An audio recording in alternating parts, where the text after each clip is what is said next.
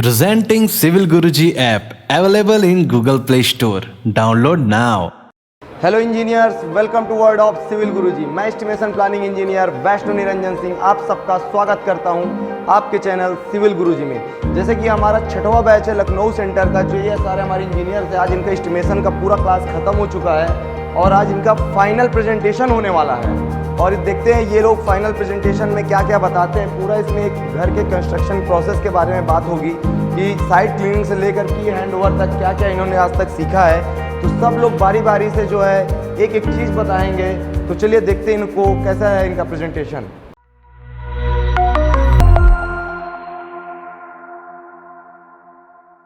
My name is Vinay Kumar Yadav and today I will give presentation on the topic of center line layout and township layout।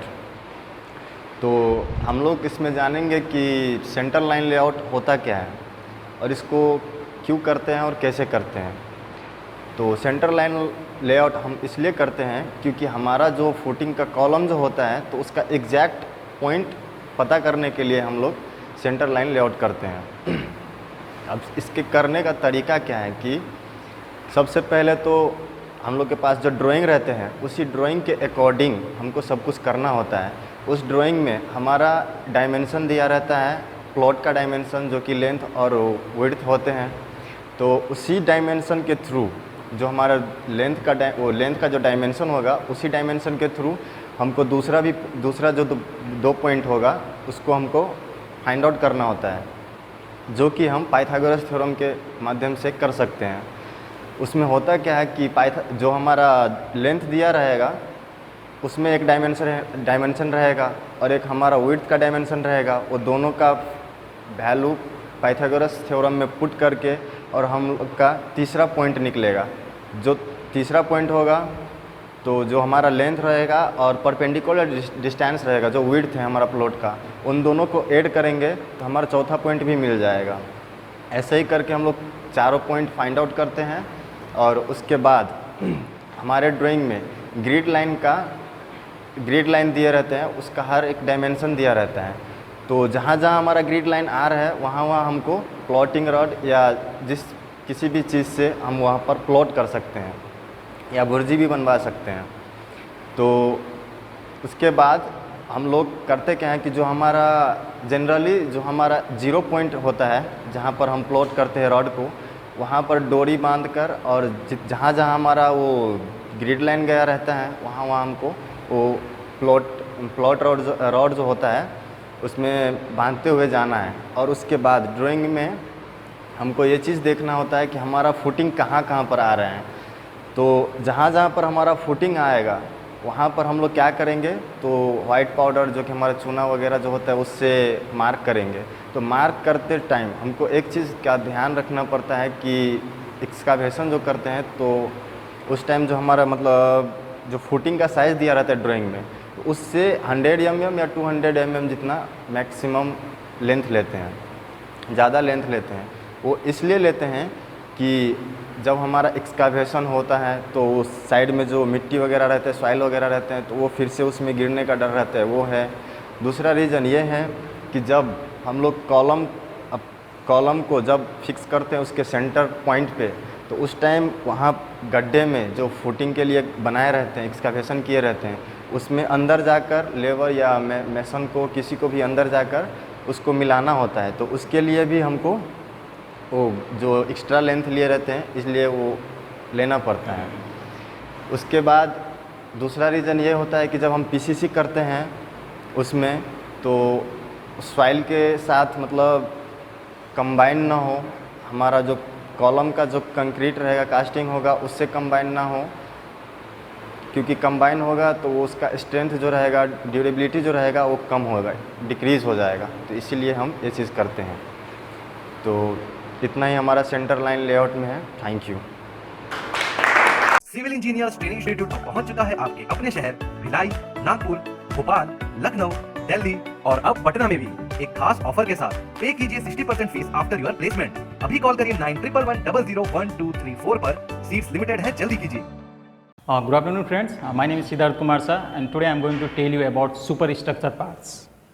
Super structure parts start करने से पहले मैं क्या बताना चाहता हूँ कि हम लोग एक रेसिपी फॉलो करते हैं। रेसिपी क्या है कि फाउंडेशन पार्ट्स कंप्लीट करने के बाद फिर सब स्ट्रक्चर में आते हैं, सब स्ट्रक्चर के बाद फिर सुपर स्ट्रक्चर में आते हैं।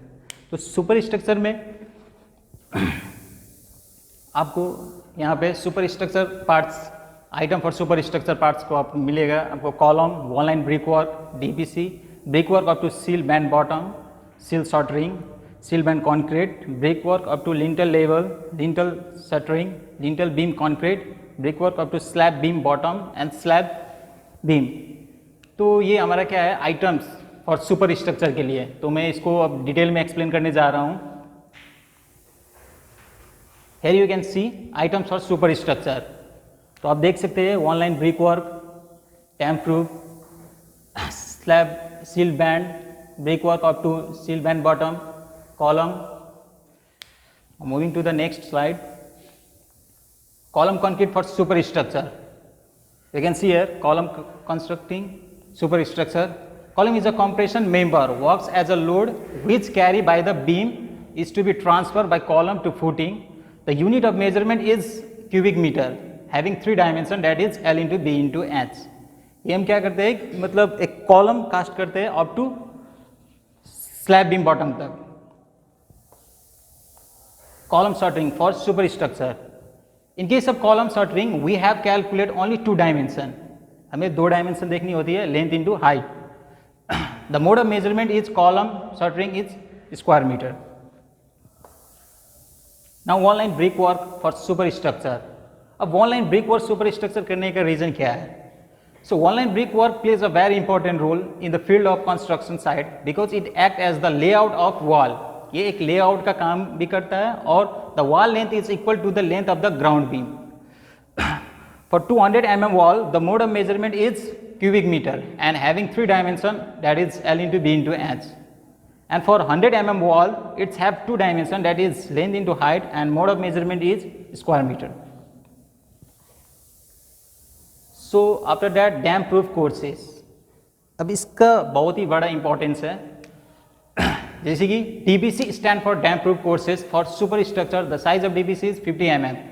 ये क्या होता है, इसका साइज 50 mm होता है और इसमें हम वाइब्रेटर यूज़ नहीं कर सकते हैं, इसलिए कि इसका जो लेयर है बहुत ही small, very small, but you can use small kinds of pores, you can see a small pores. In order to overcome this problem we use bitumen coat. For before bitumen coat in DBC we first need to clean the area with kerosene oil or brushes. After that we apply bitumen codes, that is BG10. The grade of bitumen is BG10. The main function of DBG is to provide the barrier to the building. ये क्या करता है कि barrier provide करता है। We know that nature of brick is to absorb water and start transferring from one place to another place. Means act as a capillary rise which occurs seepage. To prevent this problem, we need to provide DPC. So brick work up to seal band bottom. अब यहाँ पे जैसे कि आप देख रहे हो seal band bottom तक, brick work up to seal level is provided above the DPC for super structure. The height is just below of the seal band. If the seal height is given 900 mm, so we have to calculate total height minus one line brick work, DPC, seal thickness, length is equal to the ground beam. क्या है कि length जो होता है वो equal to the ground beam तक होता है। Length is depend upon the specification, और उसका लेंथ जो है स्पेसिफिकेशन से डिपेंड रहता है कि हमें कितना लेंथ लेनी है। Now sill band concrete. Now we can see here picture sill band concrete. Sill band is provided to resist the load of the windows. Sill band provide करने का मेन रीजन यही है कि वो एक बेस भी मिल जाता है और प्रॉपर तरीके से स्टैंड मिल सकता है, एक platform. So seal band shuttering. Now coming to the point, seal band shuttering. Seal band for 200 mm L into H area, that is L is equal to 2 into length, that is H is equal to 0.1, क्योंकि thickness हमें जो दिया हुआ था वो 200 mm wall के लिए 0.2. Unit of measurement is square meter. brickwork up to lintel level. It is also plays a very important role, that is stability of the building and giving the overall structure strength to the ground beam and ground beam to the column and column to footing and footing to soil. Brick work up to lintel level, ये बहुत ही ज़्यादा important है। ये एक stability maintain करता है building का, और जो लोड डिस्ट्रीब्यूशन का पैटर्न होता है ये ग्राउंड बीम से कॉलम टू फाउंडेशन प्रोवाइड करते हैं। Now lintel beam concrete, a lintel beam is a beam place across the opening like door, Windows etcetera. हम जो लिंटल बीम प्रोवाइड करते हैं वो कहाँ पे, एक डोर में, एक विंडो में प्रोवाइड किया जाता है। Lintel beam shuttering, for same calculation lintel beam shuttering के लिए फॉर 200 mm के लिए L into H, L is equal to 2 into clear span, height is equal to जो थिकनेस रहेगा आपका ग्राउंड बीम का वही। Now brick work up to slab beam bottom, the second part is slab beam bottom brick work. This is the second last method of work to provide a limited height of the building, एक limited height provide करने के लिए। और वहाँ पे हम लोग क्या कर सकते हैं, मतलब वेंटिलेशन और नेचुरल लाइट के लिए भी प्रोवाइड करते हैं। इसके बाद now slab beam shuttering, the same calculation pattern. Before casting of slab beam bottom we need to prepare slab shuttering for the proper arrangement of beam. Slab shuttering करने से पहले हमें देखना होता है कि अलाइनमेंट में है कि नहीं बीम। बीम को प्रॉपर अलाइनमेंट होना बहुत ही ज़रूरी होता है। Now slab beam concrete, this is the last part of slab beam concrete. Number of ground beam is equal to the number of slab beam. Slab beam is provided to resist the load of the slab. Slab की load resist करने के लिए slab beam provide किया जाता है, और slab beam से distribute होकर के direct column to foundation. Thank you. Good morning friends, my name is Ashfan Khalid. Today I have to discuss presentation on staircase, slab beam and water level. तो सबसे पहले staircase के बारे में जानेंगे। तो staircase क्या होता है कि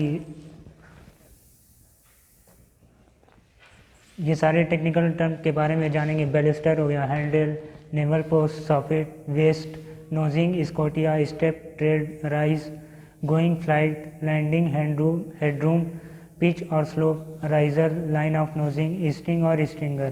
तो ये सारे टर्म के बारे में आज हम डिस्कस करेंगे। तो सबसे पहले होता है स्टेयरकेस। होता क्या है? स्टेयरकेस जो है मोड ऑफ ट्रांसपोर्ट होता है, जहाँ से हम एक फ्लोर से दूसरे फ्लोर जाते हैं, वो होता है स्टेयर। अब दूसरा आता है स्टेप।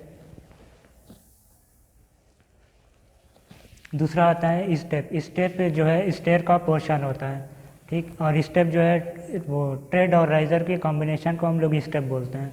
फिर नेक्स्ट आता है हमारा ट्रेड। ट्रेड जो है स्टेप के ऊपर वाला हॉरिजॉन्टल जो पोर्शन होता है उसको हम लोग ट्रेड बोलते हैं। ट्रेड से हम लोग हॉरिजॉन्टल डिस्टेंस कवर करता है, ट्रेड हॉरिजॉन्टल डिस्टेंस को कवर करता है। फिर नेक्स्ट आता है हमारा राइज़र।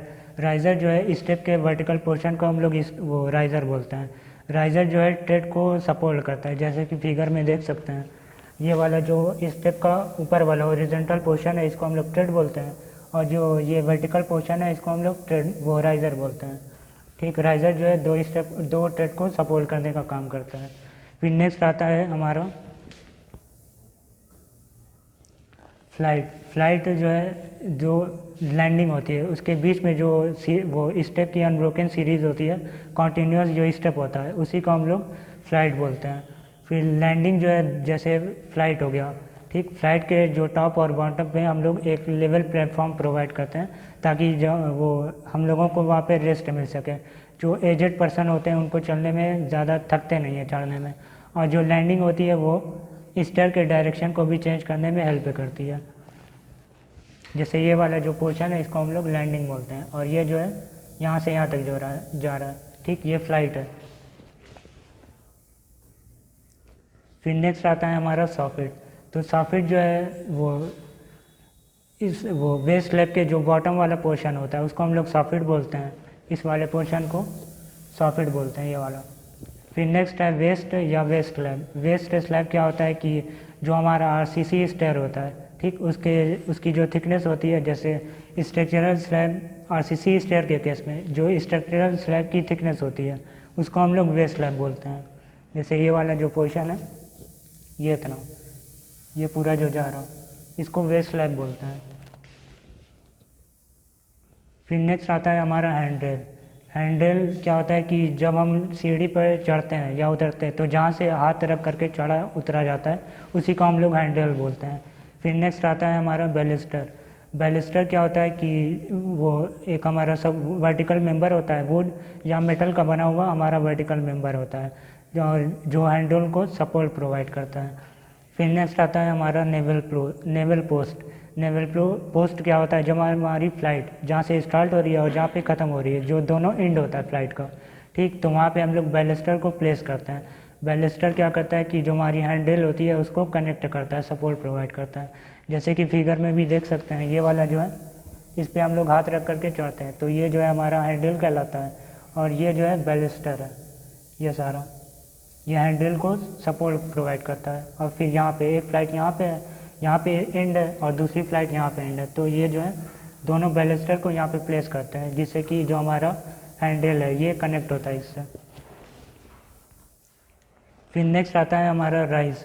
राइज क्या होता है कि जो हमारा दो सक्सेसिव ट्रेड के फेस के बीच की जो हॉरिजॉन्टल डिस्टेंस होती है, वो वर्टिकल डिस्टेंस होती है, उसको हम लोग राइज बोलते हैं। और गोइंग क्या होता है कि जो हमारा दो सक्सेसिव राइज़र के बीच की जो हॉरिजॉन्टल डिस्टेंस होती है उसको हम लोग गोइंग बोलते हैं। फिर नोजिंग क्या होता है, जो भी हमारा ट्रेड का राइज़र के फेस से बाहर जो पार्ट निकला होता है, एक्सटेंडेड पार्ट होता है ट्रेड का, ठीक, उसी को हम लोग नोजिंग बोलते हैं। और फिर आता है स्कोटिया। अगर जो नोजिंग है अगर उस पर ज़्यादा लोड लगेगा तो नोजिंग हमारा ब्रेक हो सकता है। इस वजह से हम एक मोल्डिंग प्रोवाइड करते हैं जो नोजिंग को सपोर्ट करता है, उसको स्टैंड प्रोवाइड करने का काम करता है। जैसे कि यहाँ पे एक ये राइज़र है और दूसरा ये राइज़र है, तो इसके बीच की जो हॉरिजॉन्टल डिस्टेंस होती है इसी को हम लोग वो बोलते हैं, राइज बोलते हैं। और जो गोइंग होता है ये गोइंग हो गया, और जो राइज होता है वो ये ट्रेड हो गया और दूसरा ट्रेड ये है। तो इसके बीच की जो इस ट्रेड के फेस के जो बीच की हमारी वर्टिकल डिस्टेंस होती है यहाँ से लेकर के यहाँ तक, ये हमारा कहलाता है गोइंग, राइज कहलाता है। और नोजिंग जो है, जो ट्रेड का इतना पार्ट एक्सटेंडेड पार्ट है, इसी को हम लोग नोजिंग बोलते हैं। और नोजिंग को जो ये मोल्डिंग प्रोवाइड किया गया है यहाँ पे नोजिंग को सपोर्ट करने के लिए, ये हमारा स्कोटिया कहलाता है।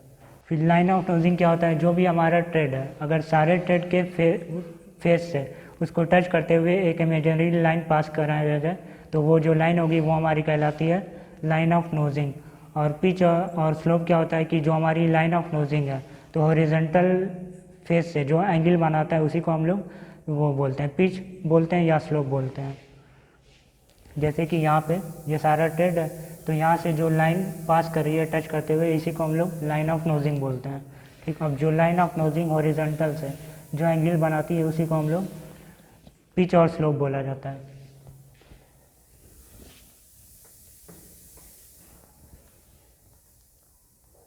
फिर हेडरूम क्या होता है कि जो भी हमारे ट्रेड है ट्रेड से सीलिंग के बीच की जो मिनिमम क्लियर वर्टिकल डिस्टेंस होती है उसी को हम लोग हेडरूम बोलते हैं। जैसे कि यहाँ पे देख सकते हैं ये ट्रेड हो गया और ये सीलिंग हो गई, तो इसके बीच की जो वर्टिकल डिस्टेंस होगी इसी को हम लोग हेडरूम बोलते हैं। जैसे कि फिगर में भी देख सकते हैं ये सारा यहाँ पे दिखाया गया है जो भी टेक्निकल टर्म होते हैं। फिर नेक्स्ट आता है हमारा नंबर ऑफ राइज़र या नंबर ऑफ ट्रेड, उसको कैलकुलेट कैसे करते हैं। सपोज़ अगर हमारे फ्लोर की जो हाइट है प्लिंथ लेवल से स्लैब के टॉप की अगर हाइट हमारी 3 मीटर है, ठीक, और राइज़र की जो हमारी हाइट है वो अगर हमारी 150 mm है, तो उसको कैलकुलेट करने के लिए जो भी हमारा नंबर ऑफ़ राइज़र है उसको कैलकुलेट करने के लिए हम एक फार्मूला यूज़ करते हैं। नंबर ऑफ़ राइज़र होता है इक्वल टू टोटल जो हमारी हाइट होती है प्लिंथ लेवल से स्लैब के टॉप तक जो हाइट होती है उसको अगर हम डिवाइड कर देंगे हाइट ऑफ वन राइज़र से तो हमारा नंबर ऑफ़ राइज़र निकल आएगा।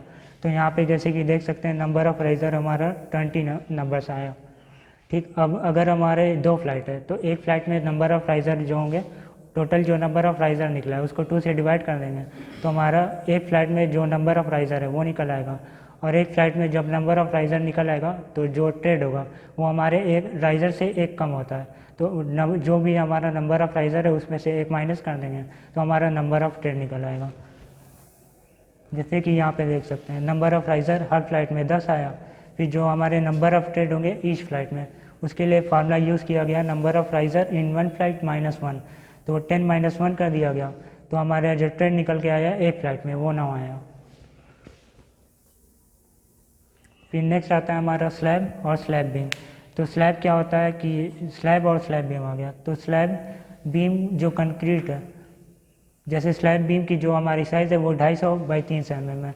तो अगर हमारे स्लैब बीम की जो कंक्रीट अगर उसको निकालना है तो सबसे पहले जो भी हमारी ग्राउंड बीम की ड्राइंग होती है उसको मैच करना होता है। क्या होता है कि कभी कभी जो इतने भी हमारे नंबर ऑफ़ ग्राउंड बीम होते हैं उतना ही हमारे नंबर ऑफ़ स्लैब बीम भी होता है, या कभी कभी कम भी हो जाता है। तो इस वजह से दोनों को हमको मैच करना होता है।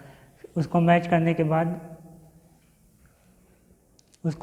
के बाद हमको एक डाटा बनाना होता है। जितने भी हमारे वो ग्राउंड बीम हो गई, जैसे GB1, GB2, GB3 ऐसे करके एक डाटा बना लेते हैं। फिर उसकी मदद से क्लियर स्पान भी जो होता है ग्राउंड बीम का वो भी नोट कर लेते हैं। फिर उसके बाद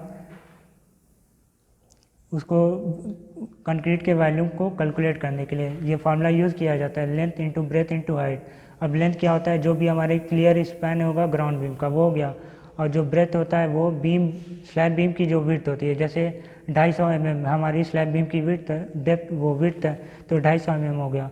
और एज क्या होता है, जो भी हमारी स्लैब बीम की डेप्थ है जैसे 350 mm वो डेप्थ हो गई। तो इन तीनों का जब मल्टीप्लाई कर देंगे तो हमारा वैल्यूम ऑफ कंक्रीट निकल आएगा। और यूनिट ऑफ जो मेजरमेंट होता है उसको क्यूबिक मीटर में कैलकुलेट करते हैं 3 डेसिमल प्लेसेस तक। फिर नेक्स्ट आता है हमारा स्लैब बीम शर्टिंग। तो स्लैब बीम शर्टिंग क्या होता है, जो भी हमारे कंक्रीट के साथ कॉन्टैक्ट सरफेस एरिया होता है सिर्फ उतने को कैलकुलेट किया जाता है। और जो हमारा शर्टिंग होता है उसको स्क्वायर मीटर में कैलकुलेट करते हैं अप टू 2 डेसिमल प्लेसेस तक। तो शर्टिंग एरिया कैलकुलेट करने के लिए लेंथ इंटू हाइट का यूज़ किया जाता है फॉर्मूला। और लेंथ क्या होता है, जो भी हमारे ग्राउंड बीम का क्लियर स्पैन होता है वो लेंथ होती है। और एच क्या होता है, जो भी हमारे क्रॉस सेक्शनल डिस्टेंस है, जैसे यहाँ पे दिखाया गया है ये हमारा स्लैब बीम है और ये स्लैब है। जब इसका सेक्शन कट किया गया तो कुछ इस तरीके से दिखेगा। अब जो शर्टिंग लगाएंगे यहाँ पे लगाएंगे, फिर ये बॉटम फेस पे लगाएंगे और ये इनर वाले फेस पे लगाएंगे। तो एच की वैल्यू अगर कैलकुलेट करना है तो इसको आउटर फेस, बॉटम फेस और इनर फेस जब इन तीनों को ऐड कर देंगे तो हमको एच की वैल्यू मिल जाएगी। तो लेंथ और हाइट मल्टीप्लाई कर देंगे तो शर्टिंग का एरिया निकल आएगा।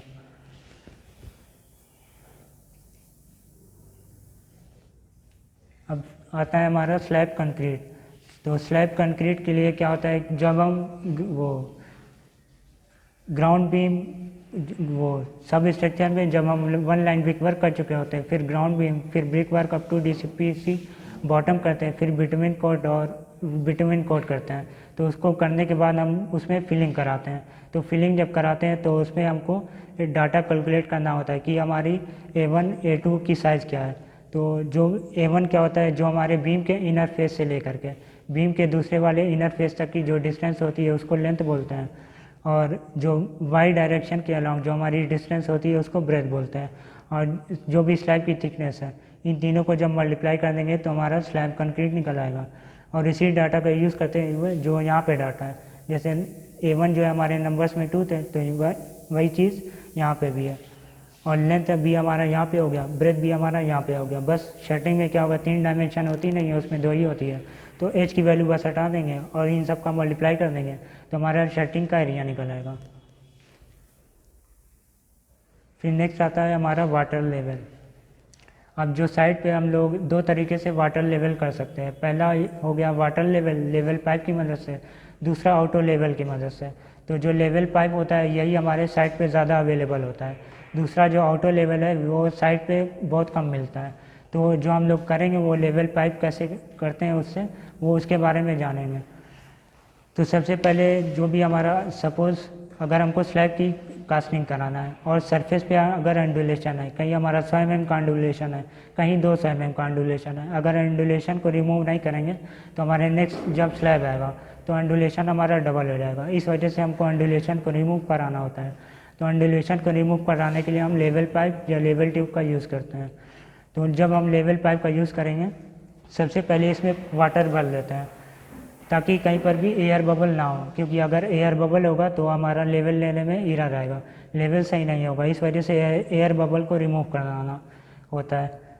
फिर अगर सपोज़ हमको जो स्लैब की कास्टिंग कराना है वो 3 मीटर की हाइट पे कराना है, ठीक, तो इसमें हमने एक लेवल को कहीं पर भी एक लेवल अपने हाइट के अकॉर्डिंग या 1 मीटर 1.5 मीटर अपने हाइट के अकॉर्डिंग एक लेवल मार्क कर देते हैं। जैसे यहाँ पे एक लेवल मार्क कर दिया, यहाँ पे सपोज़ 1 मीटर की हाइट पर हमने मार्क कर दिया। अब फिर जो पाइप होगा उसको हम यहाँ पे लेते आएंगे ताकि जो हमारा बबल है एकदम यहाँ पे फिक्स होना चाहिए। यहाँ पे जैसे यहाँ पे देख सकते हैं जो बबल है और जो मार्किंग किया है दोनों एक ही पोजीशन पे होना चाहिए। और जो दूसरा एंड होगा, ठीक, जब वहाँ पे हमारा जो बबल है वो जब फ्लक्चुएट करना बंद कर देगा, फिर हम वहाँ पे भी मार्किंग कर देंगे।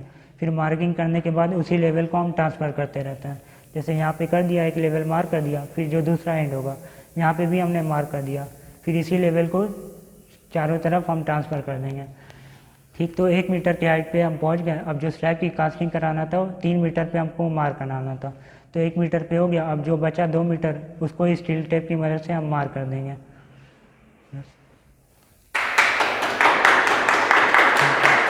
Hello friends, good afternoon. My name is Sandeep Kumar Adhikari. Today my presentation is plaster, paint and tiles. तो चलो दोस्तों बारीक बारीक बात करते हैं। प्लास्टर पहले क्या होता है, क्यों करते हैं, कहाँ करते हैं, कैसे करते हैं, उन चीज़ों पे बात करते हैं।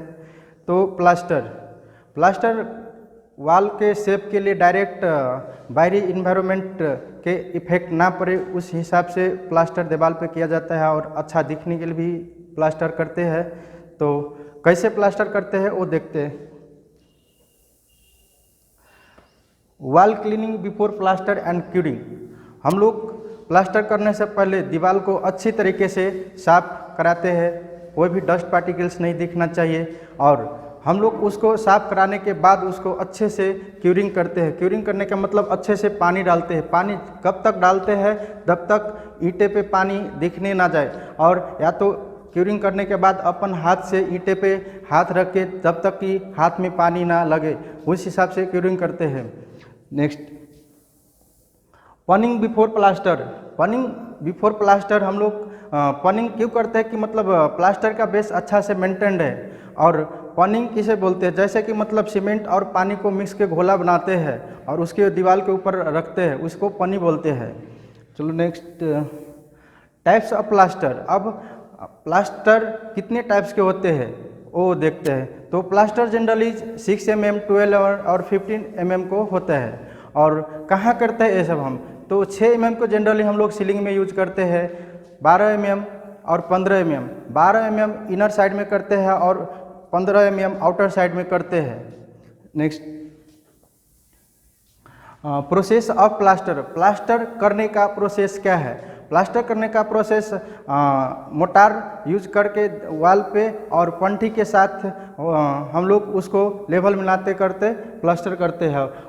जैसे फिगर में देखते हैं, ये वॉल है और ये मोटार है और ये फंठी है। और जनरली मोटार और कंक्रीट में कंफ्यूज होते हैं। तो मोटार सीमेंट, सैंड और वाटर को मिक्स को बोलते हैं, और कंक्रीट सीमेंट, सैंड, एग्रीगेट को मिक्स को बोलते हैं, और वाटर भी रहते हैं उसमें भी। और next, checking final plaster. Plaster करने के बाद हम लोग चेकिंग करते हैं। तो चेकिंग करने का कई तरीके हैं उसमें, बाय लाइटिंग, बाय थ्रेडिंग। हम लोग थ्रेडिंग से भी करते हैं, लाइटिंग से भी करते हैं। तो थ्रेडिंग से भी करते हैं मतलब दीवार में दोनों साइड थ्रेड बांध देते हैं और बीच में हम लोग इंडोलेशन के चेक करते हैं कि नहीं। और ऐसे करके प्लास्टर करने के बाद हम लोग दीवार के ऊपर पेंट करते हैं। तो पेंट क्यों करते हैं, मतलब सनराइज और वाटर ये सब अपन प्लास्टर को सेफ रखे, इस हिसाब से हम अपन लोग दीवार पे पेंट चढ़ाते हैं। तो उस पेंट करने की वजह से वॉल की जो स्ट्रेंथ रहते हैं और प्लास्टर की भी स्ट्रेंथ सारी चीज़ मेंटेन रहेगा। तो पहले वाइट वॉश लगाते हैं, पेंट करते हैं, पुट्टी सब लगाते हैं, उसके बाद टाइल्स देखते हैं। मार्केट में टाइल्स कई तरीक़ों को मिलते हैं, हम लोगों को पता नहीं चलता है कहाँ पर किस टाइप को टाइल्स लगाना है, क्यों लगाते हैं वो पता नहीं रहते, फिर भी टाइल्स लोग यूज करते हैं। तो चलो टाइल्स के ऊपर हम लोग बात करते हैं पहले। तो टाइल्स कितने टाइप्स के होते हैं वो देखते हैं। टाइल्स दो टाइप के होते हैं, पहले वेटिफाइड टाइल्स होते हैं और उसके बाद सेरामिक्स टाइल्स होते हैं। तो सेरामिक्स वेटिफाइड टाइल्स को देखते हैं पहले।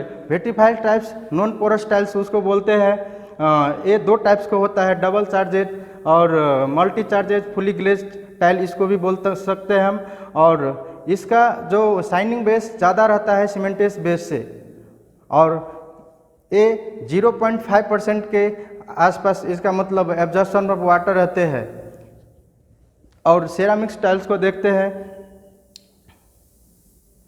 सेरामिक्स टाइल्स में ये पोरस टाइल्स होता है, इसको सेरामिक्स टाइल्स पोरस टाइल्स होता है, इसको हम रॉक टाइल्स भी बोल सकते हैं। इसका वाटर एब्जॉर्प्शन 10 से 14% तक रहते हैं। डिजिटल प्रिंटेड टाइल्स इसमें इसको आते हैं इसमें, और ये यूज एक जनरली टॉयलेट बाथरूम में किया जाता है और वाटर यूटिलिटी एरिया सब में ज़्यादा किया जाता है, क्योंकि ये मतलब एंटी एस्किड भी इसको बोला जाता है इसीलिए, इस वजह से, क्योंकि इसका पानी एरिया में यूज किया जाता है और पानी के मतलब ज़्यादा इधर उधर होने से मतलब कोई ना चिपले ना गिरे, इस हिसाब से इसको एंटी एस्किड बोलते हैं। और इस मतलब इसका डिफरेंट साइज में भी आता है, जैसे 300 by 300, 300 by 450 etcetera. Thank you.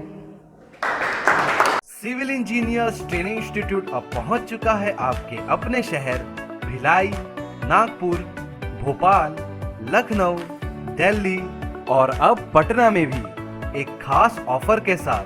पे कीजिए 60% फीस आफ्टर योर प्लेसमेंट। अभी कॉल करिए 9111001234 पर। सीट्स लिमिटेड हैं, जल्दी कीजिए।